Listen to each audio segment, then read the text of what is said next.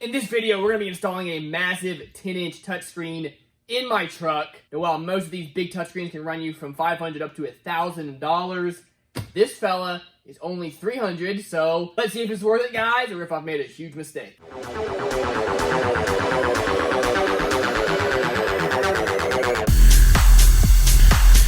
How's it going, YouTube? For anybody who is new to the channel, we're doing a big 10,000 plus watt build in my truck for a big audio show that's coming up in 2 weeks.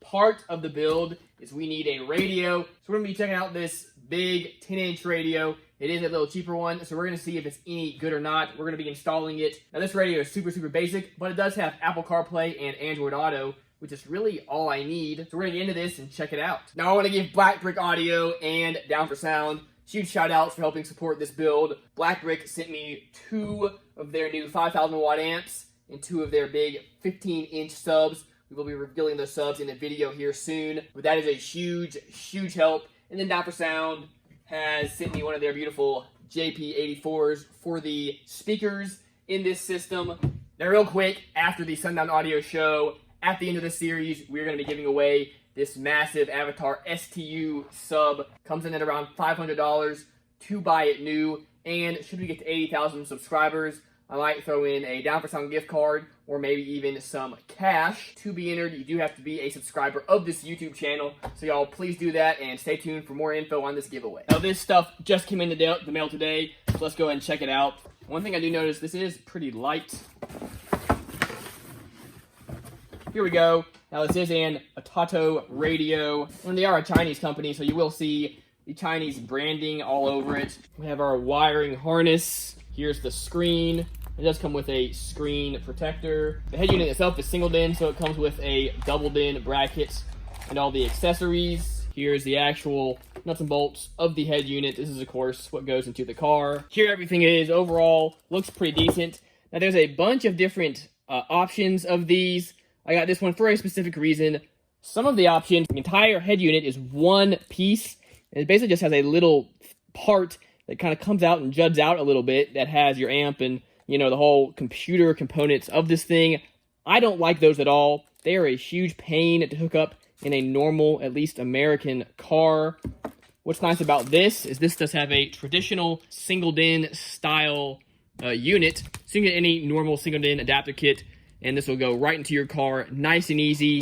And back here, you have tons of adjustments, so you can get it exactly how you want it. It comes with a Wi-Fi antenna. Now this does have wireless Apple CarPlay and wireless Android Auto, so I'm assuming you need this plugged in, because I do believe those work over Wi-Fi. Has some of these basic mounting brackets. You have your external microphone, some hardware. Back here we have the good stuff that I really need for this build.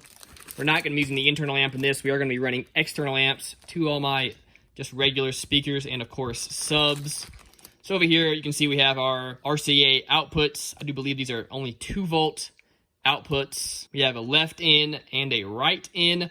Not exactly sure what you do with that. We then have a video in. And this says RC in. And then we have our single sub out. I think this is where you plug in the Wi-Fi. Then have your FM, AM radio, video, where you plug in your power, your mic, looks like aux, Sirius XM, and then has a USB cable for a phone link. I guess this is what you want to do if you want to run like MirrorLink or something like that on this. One kind of interesting thing, you can look in here and you can see there is really nothing going on.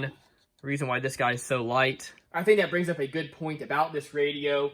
If you're buying this radio, you're not buying this radio because it's got a great amplifier in it.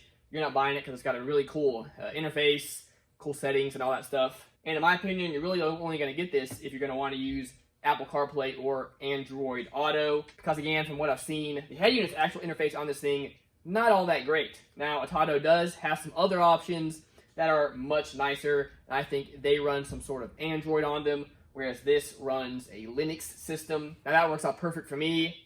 I use Apple CarPlay when I'm doing everything, and since I'm going to be running external amps, this has plenty of the preamp outputs that I need for that, so it's not going to be a big deal at all. Now, this is my 2003 Ford F-250 Power Stroke. This is what we are doing the build in, obviously what we're putting the radio in. So let's go check it out and and see what we gotta do to get this big old touchscreen in there. This is the current head unit that we got, and y'all, this thing is old and it's pretty useless.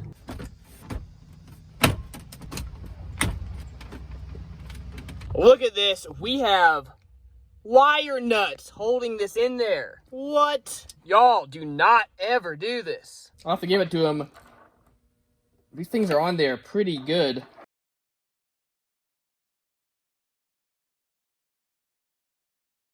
Now when you buy one of these wiring harnesses, it's gonna have all these standard colors, which are gonna match up with here. So all we gotta do is match up the colors and we are good to go.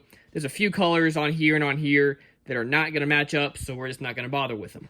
Now when hooking these up, the best, fastest, and easiest way that I have found to do that is to use these little guys right here. You can get them on Amazon super, super cheap.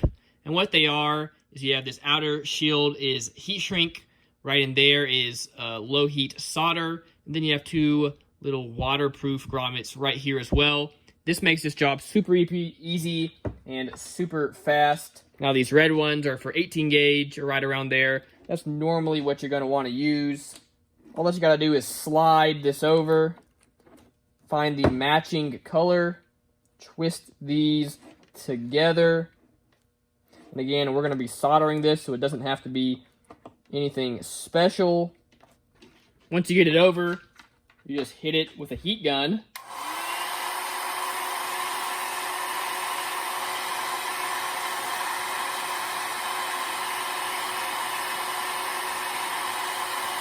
And you're done. It makes a really, really nice soldered and waterproof connection.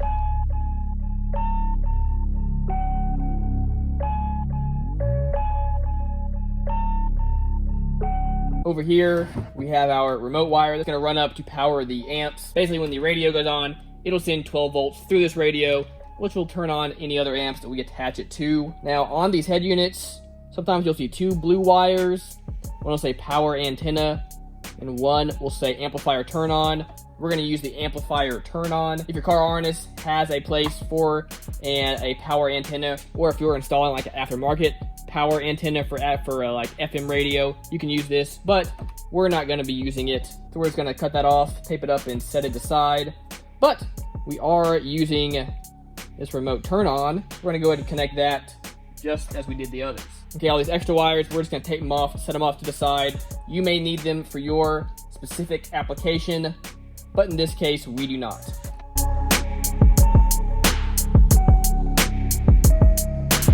Another thing I forgot to mention, this actually has a USB and a aux right here on the side. Now, we're not gonna be able to use it because my dash kit fits just about like that. Got this installed in my dash kit. Again, the reason why I like this unit is it has an actual singled-in unit, so it does just connect into any dash kit like you would normally do. Only weird thing about it, none of the holes matched up for this additional piece, so I just had to drill some holes to make it work. It doesn't matter though, we are good to go.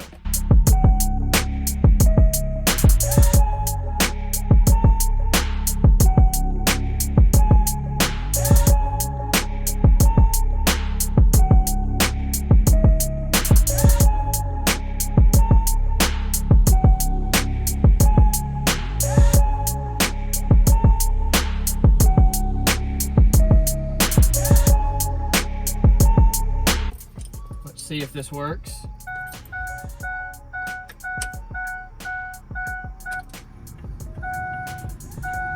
Okay. This thing is absolutely massive.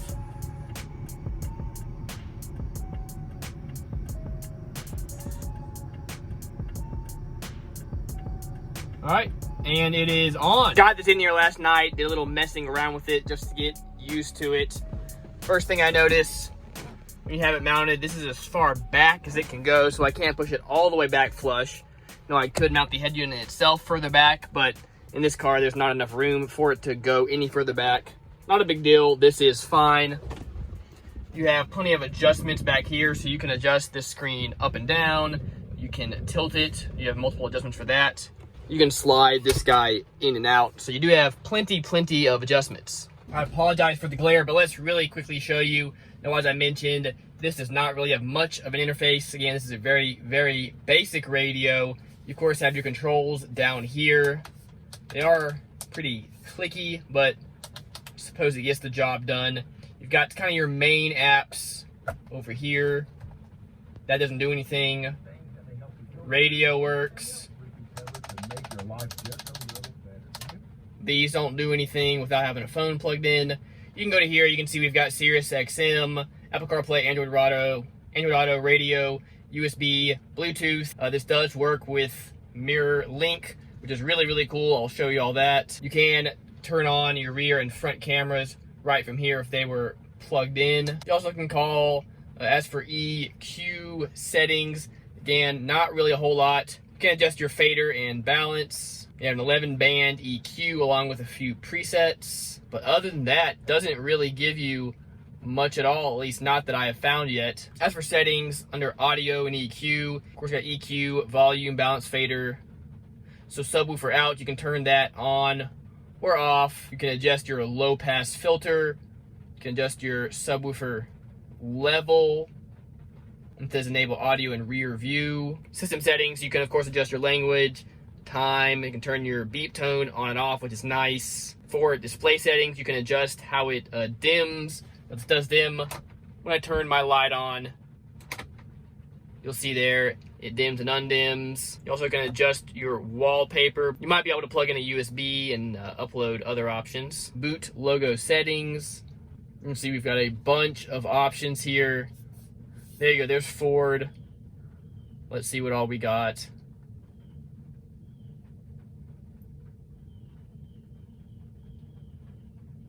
Guys, they've got everything. That's pretty cool. We're of course gonna do Ford, okay. Look at that, that is pretty neat, just like a factory car. This will allow you to adjust your parking assist guidelines if you have a rear view camera. So that's really all the settings. So I'm gonna hook up a phone just so y'all can see Apple CarPlay. Now you can just do this by plugging it in. It's gonna ask you if you want to allow the F7 wireless phone while locked. So you just do that and then you'll have wireless CarPlay, but we're gonna leave it plugged in. This is really neat. I absolutely love CarPlay, and this works really awesome. Very smooth, actually pretty fast, pretty smooth. Now the screen is not super high definition, but it does look really good, very appealing on the eye.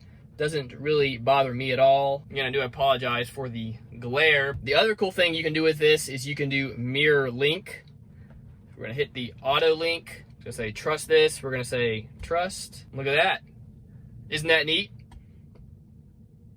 Is a 15-inch sub really loud or is a 12-inch sub? And if so, how much, guys? We're gonna put them to the test to see if that myth is really true.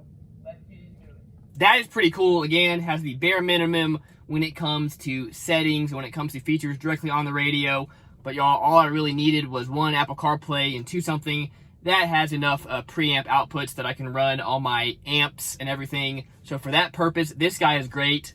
Again, the screen, not super high definition, but it is clear, it looks good. Overall, my opinion so far is this is a half decent unit. $300, not bad at all. If I was to buy a normal, a normal brand like Kenwood or Sony for $300, the best deal I could find on a normal unit with a big screen was, I think Jensen had a unit that was somewhat similar, but still it was like $400 or $450. Other nice thing, this does have a single DIN head unit, so you can fit it in a lot smaller spaces. I do believe they have an upgraded version that has a double DIN head unit style, so that's gonna work in most of your cars, but there are a couple here and there where you need a single DIN. So overall, this thing is really, really cool for the price. I'm happy with it, guys. Now the main cons, there are not really many settings when it comes to the audio or just anything at all. Not much of an interface. Again, not much you can do with this. Another issue is not necessarily lightning fast, but any head unit in this price point really isn't anyway.